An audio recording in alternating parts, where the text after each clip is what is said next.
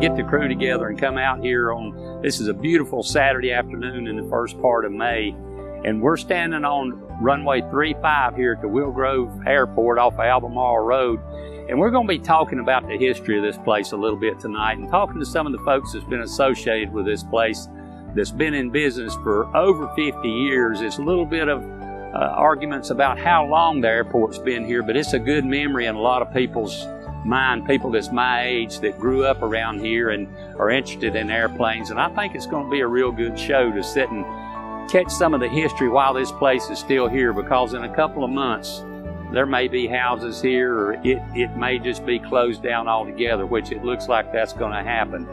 So we're going to take a few minutes here and talk to some folks that's been associated with this airport for a while.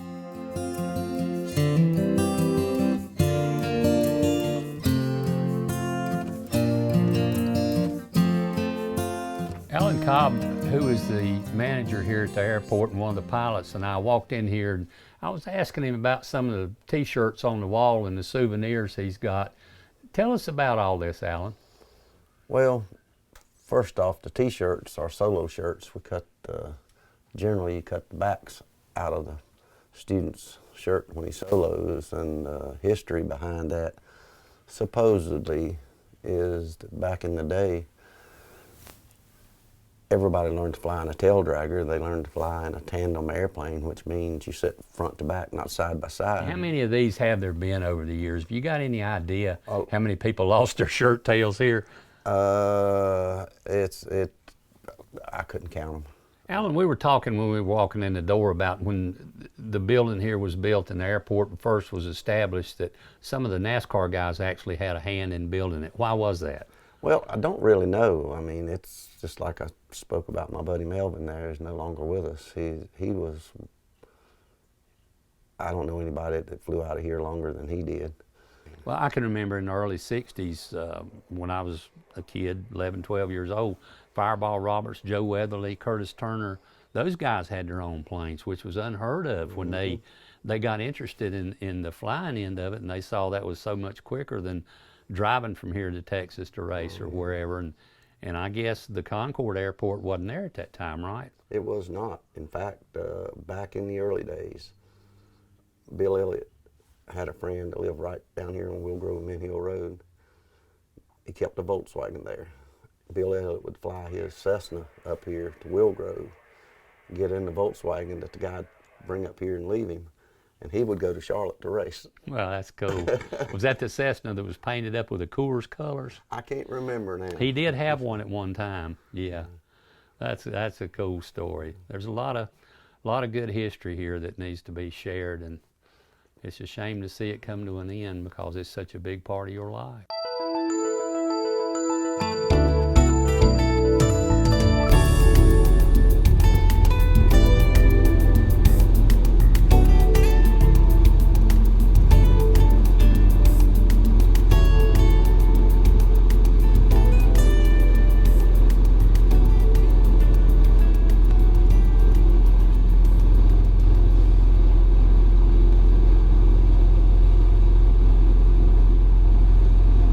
We're going to stand for a few minutes and talk to a lady who has a lot of accomplishments to brag about, and the things she's done in aviation are just unreal.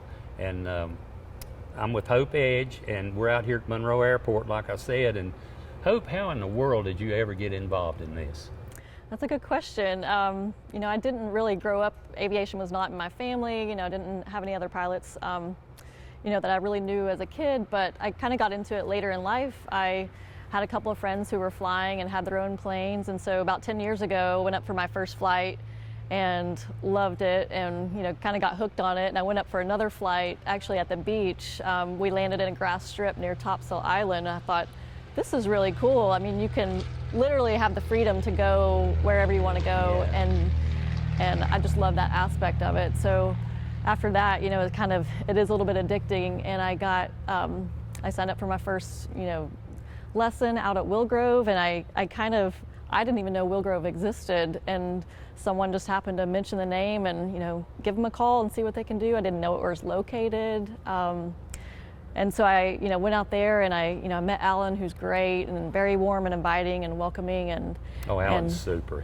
He's a great guy. We talked to him a long time a few days ago about the airport's closing, and it's just sad because you spent a lot of time flying in and out of there, didn't you? I did. I worked with Robert Reynolds, was my instructor, and at first going out there, you see, it's completely tree lined and it's a very short runway. And so it was a little bit intimidating at first, but, Robert told me, he's like, if you can land here, you can land anywhere. And so I really do feel like it was, the best place that I possibly could have learned to fly. And, everybody was very inviting and really wanted to work with me. A woman in aviation is, we're a really small percentage of pilots out there.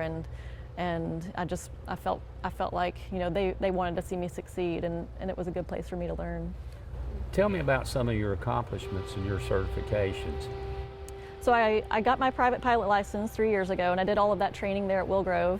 And I've recently gotten my instrument rating and my commercial rating. Commercial, great.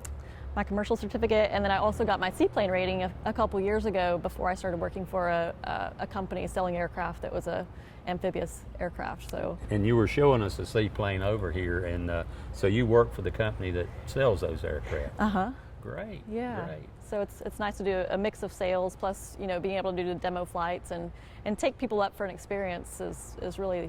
It's a really fun gig. Well, tell me what you did this morning before we got here. So I'm currently working on my flight instructor certification. So I did a quick ground session, and I'm working towards that rating so that I can start teaching other people how to do what I love to do. On down the road, what would you, when your career is in the twilight years, what do you hope to have accomplished that you haven't done already?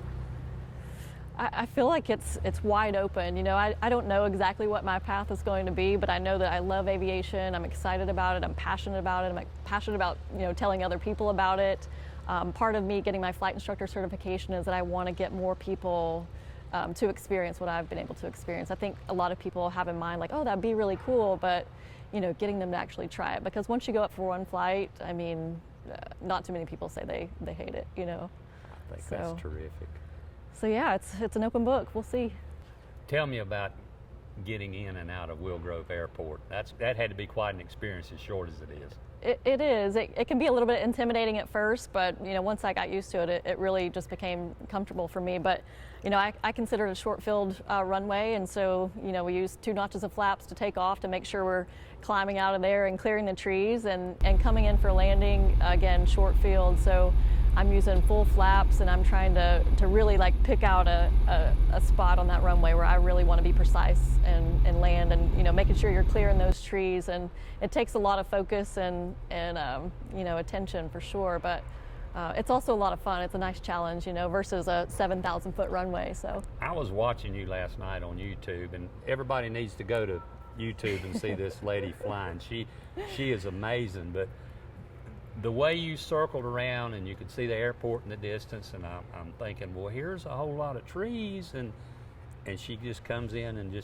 you have to drop down behind the trees to land, right? Yeah, you do. It's tricky because even on downwind, you can't even see the airport or the runway. Yeah. So you have to kind of figure out your landmarks of, okay, that's the end of the tree line, so I'm gonna beam my end of the runway, and you just kind of trust that it's going to be there when you turn base to final, and then you finally, okay, there it is. And then it's tricky too with the winds, because you've got winds above the trees, but as soon as you get below those trees, it cuts off. So you've got to be prepared to adjust for that too. So there's a lot of different factors that go into it. But after you do it time and time again, it just becomes pretty easy, I guess. It's got to be a rush. Yeah, it is. It really is. That's terrific. Yeah. Well, we want to wish you good luck in the future, and we would like to come out and bum a ride sometime. I think we can put that on the books. Thank you. Thank you.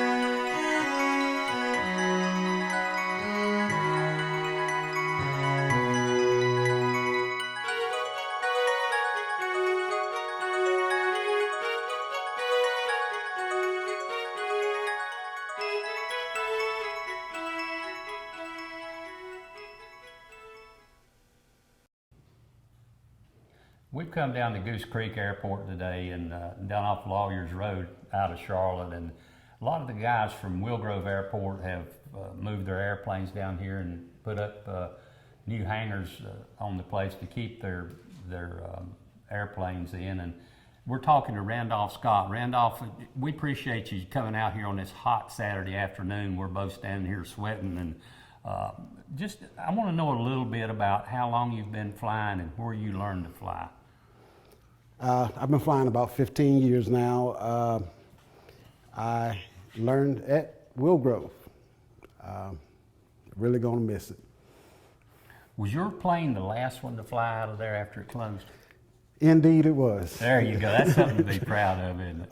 Yeah, it is. How did that feel when you took off from there from the last time? After flying for 15 years and you look over your shoulder and you say, well, I won't be doing that again. How do you feel about that? Nah, it was truly a sad time. I mean,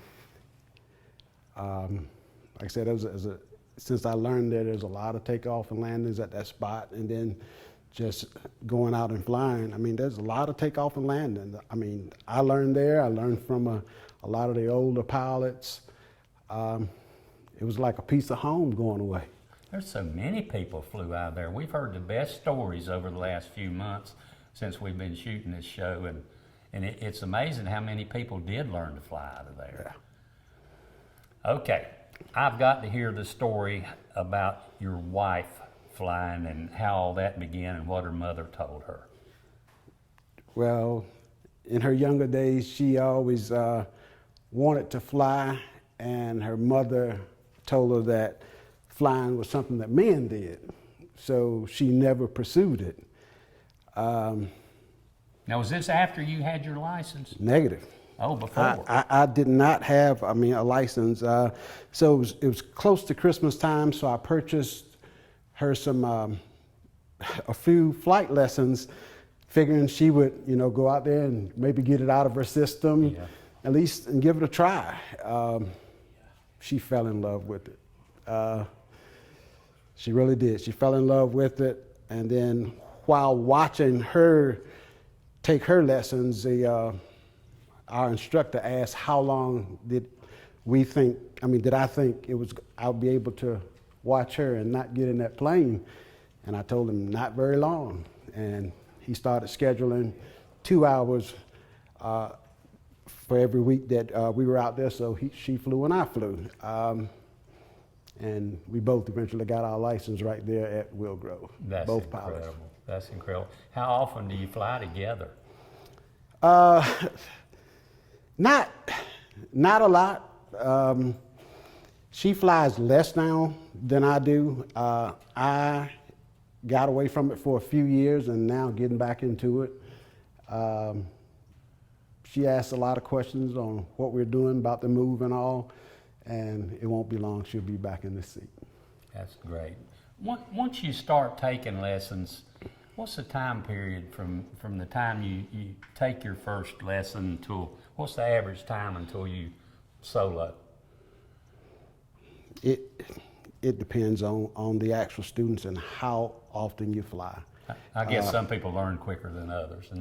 And we did sort of a bad thing. We were taking one lesson a week, and part of the new lesson was recouping the old stuff. Just being out so long, yeah. I recommend anybody trying to take a couple, 3 lessons a week, yeah. and it'd be a lot easier. Some have done it in 15, 20 hours, and some take a little bit longer. But should not get discouraged by it. I mean, they won't put you out there until you're ready. What's the furthest you've flown? It's just North and South Carolina. Well, what part of the training is a solo cross country, which 3 50-mile segments. Mm-hmm. You plan the flight. You plan the flight. The instructor looks over it, get a full tank, and you go flying. So that was one of the more memorable ones. You hear a lot of stories about people getting lost, and you do get a little lost. I did, but I remembered my training, and I came on back home. So I plan now that I have a little bit more time to do a lot more flying. You and she both have a lot of bragging rights. That's something to be proud of. It's something I'll never do at this age, but I admire people that have the time and have the passion to learn to fly, because I've loved the sport my whole life, but I just never got into it, and I enjoy and admire people like you that have done it. And I really appreciate you coming out and joining us today on this very hot, humid day here in July at Goose Creek, and look forward to hearing from you again. Maybe we can get you and her to sit down in an air-conditioned room sometime and we'll talk about flying. What do you think? We can do that. We can do that.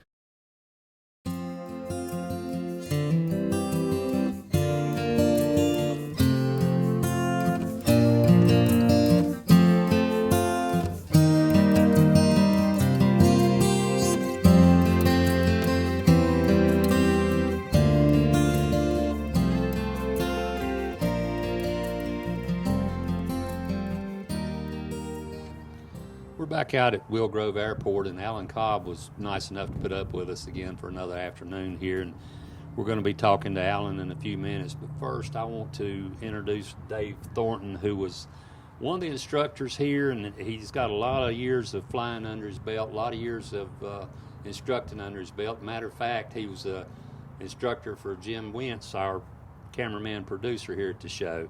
And Dave, I just want to talk to you about your whole career, how you got interested in flying. When did you get started?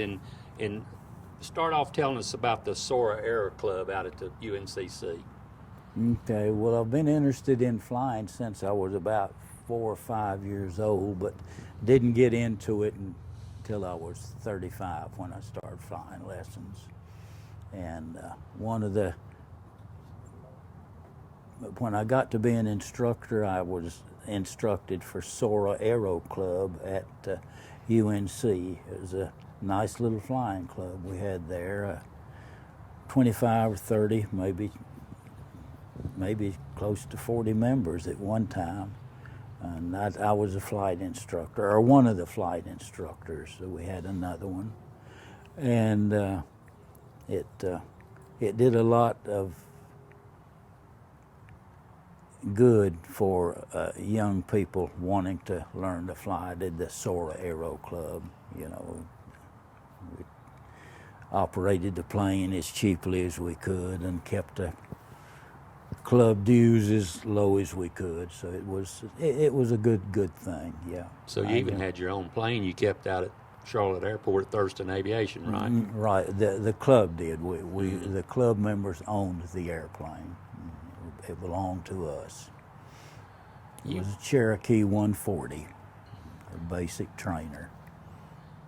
You've got some of the best stories to tell about things that happened over the years, but you've told me about one where you had some students and you were going to practice instrument landing, and something happened and you had to land at Freedom Park. Tell us about that night. Well, the airplane had been sitting up for 3 or 4 months and had just been put online. The FAA grounded a lot of the airplanes that had this certain type of magneto, and our airplane had that magneto, so we had to wait 3 or 4 months to get one. And it had been worked on by several mechanics, and in the process of being worked upon, one of the oil return lines did not get tightened sufficiently enough to keep the oil, going back into the engine. So we were up, we had just gotten it back online, and we're going to use the airplane the next day for a trip to Birmingham, Alabama. So a couple of my students and I were up test flying it to be sure everything worked. And in the process of doing that, the engine suddenly quit working. The man flying the airplane, one of my students, was making his scan and saw the oil pressure gauge go to nothing. He said, "Dave, the oil pressure gauge just went to nothing."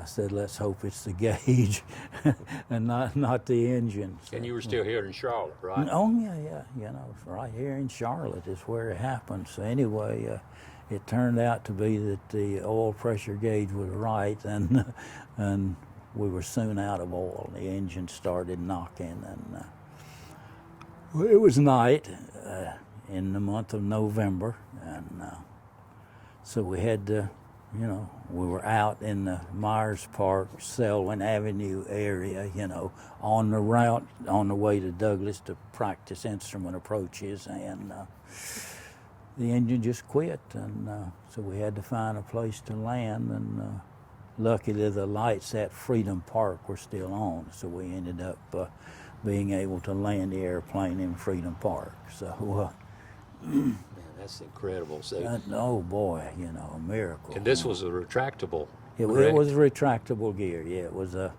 retractable gear Cessna, and so normally when you land, you put the gear down. In this particular case, we did not want to get the gear down to get entangled in tree limbs and power lines, so we left the wheels up, made a gear up landing, which as a matter of fact, we ended up going through the top of a tree, and had the wheels been down, I'm sure it would have snagged the limb and, put the plane into a pitch down attitude, and we'd have been hurt very badly, I'm sure. Whereas with the landing at Freedom Park, no one was hurt at all, Pretty safe belly landing. Yeah, safe belly landing. Everybody walked away. How much damage was there to the aircraft? Not a whole lot. They would have had to, do a little bit of work on the landing gear, and probably a couple of dents along the fuselage, but there wasn't a whole lot of damage to the airplane because we landed on the grass at Freedom Park. While that was going on, I bet the tower at Charlotte was kind of getting out of control, worrying about you guys, right? Yeah, they were very concerned, and were constantly talking to us and asking us questions. And I told Donald, my student who was flying the airplane, Donald, turn the radio down. Those people cannot help us now. We cannot get to the airport. Turn the radio down so we can talk together. So we turned it down, and from then we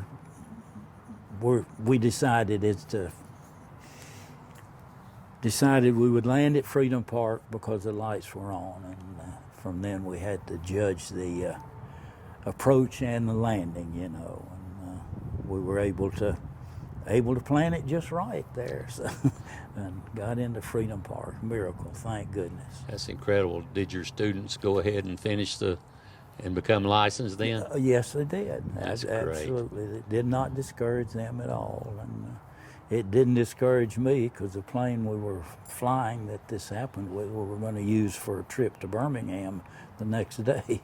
I made the trip to Birmingham the next day, but with another airplane. That's probably one of the wisest decisions you ever made Right. in all of your years of flying, was to decide we better go for a test run here, guys. And yeah, that's what the plane had been sitting for about 3 or 4 months, awaiting the arrival of a magneto that was approved by the Federal Aviation Administration. And in the meantime, the airplane had been being worked on, and in the process of being worked on, one of the mechanics or two did not get an oil return line sufficiently tightened to where the oil would go back into the engine, and instead the oil was coming out of the left side of the airplane. As soon as the man that was flying it, Donald, got out of the airplane, said, "Good gracious alive, I can see what the problem is now." The left side of the airplane coated in oil, engine oil. So. That's an amazing story. Those guys were lucky that you had the experience you had, and you were there in the back seat, and you knew how to handle a situation. That can only come from experience. Well, I had a lot of experience before that. I did a lot of simulated emergency landings just for that reason. As a matter of fact, on simulated emergency landing, We had a spot landing contest here at Wilgrove, and I ended up winning it with being able to put the airplane right on the mark where it needed to be. Wow. I could sit here and talk to you guys all day long, but we're just about out of time. And Alan, thank you for having us again, and we've really enjoyed it. And I've learned so much sitting and talking with you guys. I've never flown, but I'm a fan of flying, and I've got a brother that's into it and loves it. And what's your thoughts on seeing the gates finally closed here and the hangars moved? How do you feel about that? Don't cry now. It's an end of an era. I mean, it's we've got just so many memories that no one can take from us. By the way, after 28 years of flying out of here and managing it for 17, and it's a sad situation, but you know, nothing lasts forever, and we'll just keep it in our hearts. Yeah. We have really enjoyed. This is one of the most fun shows we've ever put together, and we've enjoyed your hospitality and taking time to put up with our crew coming here and wasting another one of your days. I want to thank both of you. And, maybe we'll get to sit and talk again before all's said and done. And we don't know exactly when it's going to close down here, but it's going to be sometime in the near future.